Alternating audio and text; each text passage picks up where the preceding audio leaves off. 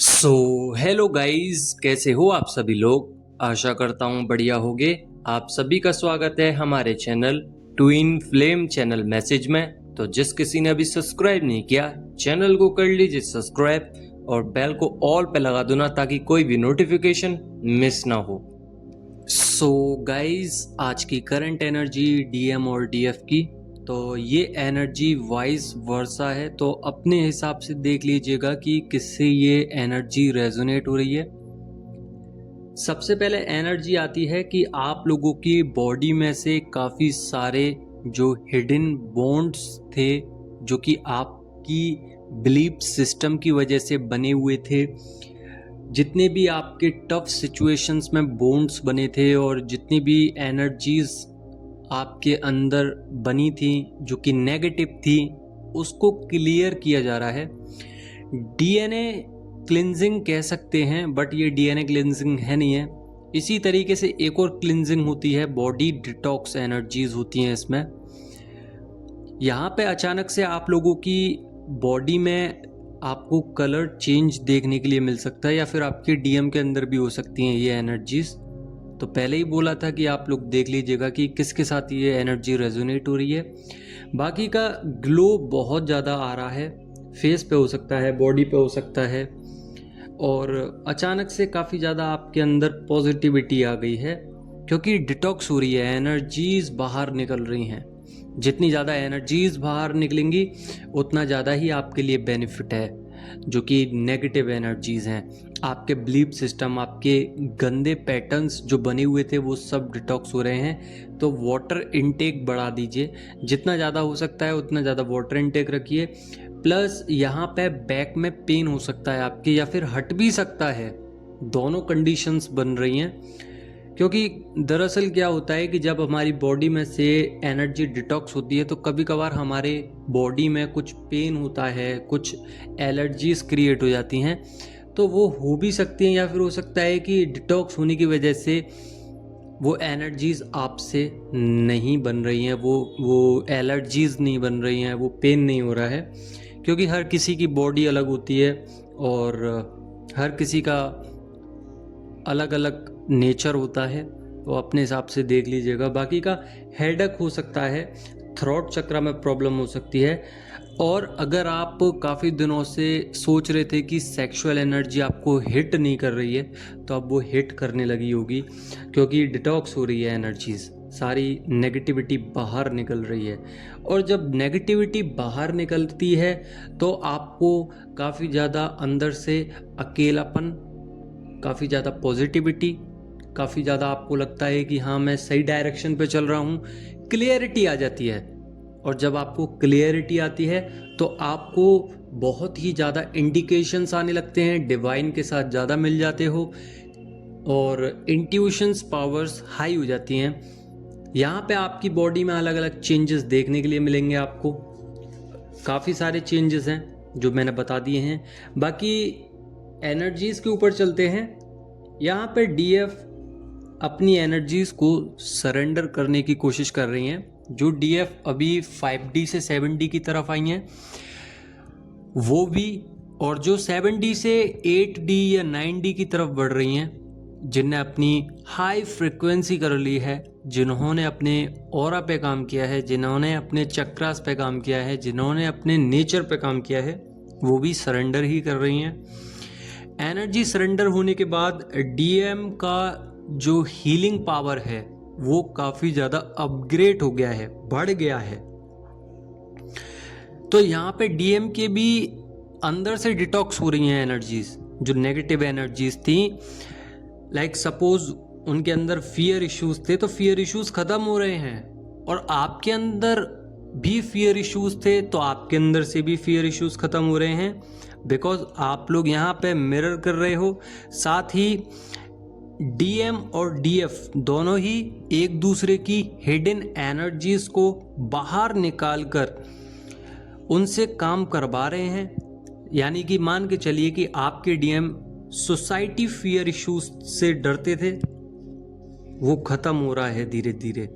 यानी कि डीएम के अंदर एक्शंस पावर्स बढ़ती जा रही हैं, सेल्फ इम्प्रूवमेंट आ रहा है, और डिसीजन मोड पे है डीएम।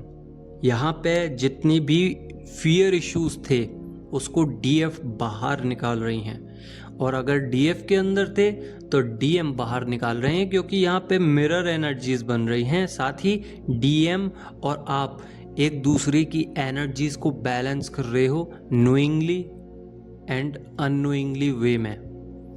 यहाँ पे मूव ऑन कर चुकी हैं डीएफ, एनर्जीज क्रिएट नहीं करना चाह रही हैं और ज़्यादा, क्योंकि उनको पता है कि अगर मैं अपनी एनर्जीज डीएम को सेंड करूँगी या करूँगा तो इसमें उनको काफ़ी ज़्यादा नुकसान है, कोई बेनिफिट नहीं है। अगर आप बार बार डीएम को परेशान करेंगे, परेशान इन द सेंस कि बार बार एनर्जी भेजेंगे, तो डीएम जो डार्क नाइट ऑफ सोल की एनर्जी से अभी ऑपरेट कर रहे हैं, अभी उनको पता है कि मुझे क्या करना है, क्लियरिटी मिल रही है, धीरे धीरे वो मिलना बंद हो जाएगी और डीएम दोबारा से उन लोगों के पास चले जाएंगे जिनसे वो अभी भाग के आए हैं। जिस भी थर्ड पर्सन के पास से आए हैं उसको बिल्कुल ब्लॉक कर रखा है, फिर चाहे वो फ्रेंड हो, फैमिली हो, डजेंट मैटर। बट यहाँ पे डीएम ने काम करना स्टार्ट कर दिया है और यही पॉजिटिविटी है। डार्क नाइट सोल की जर्नी में डीएफ को जितना दर्द होता है उससे ज़्यादा डीएम को दर्द होता है, क्योंकि डीएम ने ऐसा कभी महसूस ही नहीं किया, ऐसा कभी सोचा ही नहीं था कि इतना सब झेलना पड़ेगा, इतने सारे चेंजेस आ जाएंगे। साथ ही यहाँ पे डीएम अपनी गलतियों को पहचान रहे हैं, यहाँ पे ऑब्जर्व कर रहे हैं, यहाँ पे इंक्रीज हो रही है, मेंटलिटी उनकी बदलती जा रही है, एनर्जी इंक्रीज हो रही है, बैलेंसिंग स्टेज पे हैं। यहाँ पे मैं पूरी तरीके से बैलेंसिंग नहीं कहूँगा, क्योंकि डीएम अभी चूज कर रहे हैं आपको और अपने परिवार को चूज कर रहे हैं अभी भी। बट यहाँ पे पता है कि परिवार किसी काम का नहीं है, पेरेंट्स किसी काम के नहीं है, सेंसिटिव हो चुके हैं, क्योंकि उनके अंदर फीमेल एनर्जीज प्रभावित हुई हैं। यानी कि डीएम के अंदर जो डीएफ एनर्जीज हैं वो अभी बहुत ही अच्छी तरीके से काम कर रही है और उनकी फेमिनाइन एनर्जीज बैलेंस में आई हैं। साथ ही डीएम स्ट्रेस से गुजर रहे हैं। देखिए, मैं ये नहीं कहूँगा कि पूरी तरीके से वो अभी सही हो चुके हैं, बिल्कुल भी नहीं हुए हैं। डार्क नाइट ऑफ सोल की सिचुएशन में कभी भी इतना जल्दी काम नहीं होता है। जब तक सारे बॉन्ड्स क्लियर नहीं होंगे, जब तक सारे पैटर्न्स क्लियर नहीं होंगे, डीएम इतनी जल्दी स्ट्रेस से फ्री नहीं हो पाएंगे। स्ट्रेस उनको लेना ज़रूरी है और ले भी रहे हैं। हर एक चीज़ से उनको परेशान किया जा रहा है। फाइनेंशियली अगर किसी के लव्ड वन थे तो उधर से भी धोखा मिला है। अगर मान के चलिए वो किसी पे विश्वास करते थे, उधर से विश्वास टूटे हैं, फ्रेंडशिप टूटी है। अगर वो किसी चीज़ को लेकर प्रिपरेशन कर रहे थे, वहाँ से उनका मन टूट गया है और उन्होंने सिर्फ और सिर्फ स्पिरिचुअलिटी का रास्ता अपनाया है। डीएफ की तरफ सोच रहे हैं बट आएंगे नहीं अभी, क्योंकि अब आप यहीं से पहचान लीजिए। अगर आपका लेफ्ट हैंड साइड पेन कर रहा है तो डीएफ का अगर लेफ्ट हैंड साइड पेन कर रहा है तो ये डीएम की एनर्जीज हैं, क्योंकि आपके लेफ्ट हैंड साइड पर डीएम का मतलब मैस्कुलाइन एनर्जीज होती हैं। तो अगर आपकी मैस्कुलाइन एनर्जीज में प्रॉब्लम क्रिएट हो रही है तो ये डीएम की तरफ से है। और जब डीएम परेशान होते हैं तो डीएफ का ज़्यादातर लेफ्ट हैंड साइड ही परेशान होता है, यानी कि उस बॉडी में ज़्यादातर पेन रहेगा लेफ्ट हैंड साइड पर, लेफ्ट शोल्डर में, लेफ्ट साइड पर, लेफ्ट बैक में, पेट में, लेग्स में, कहीं ना कहीं पेन बना रहेगा। हो सकता है माइग्रेन भी हो सकता है, लेफ्ट हैंड साइड पे पेन रहेगा, किसी किसी के राइट हैंड साइड पे, बट ज़्यादातर डीएफ के यानी कि टोटली डीएफ के लेफ्ट हैंड साइड पे ही रहता है। बाकी का डिवाइन एक्शन ले रहे हैं आप लोगों पे और डीएम पे सबसे ज़्यादा ले रहे हैं, बिल्कुल परेशान करके रख दिया है।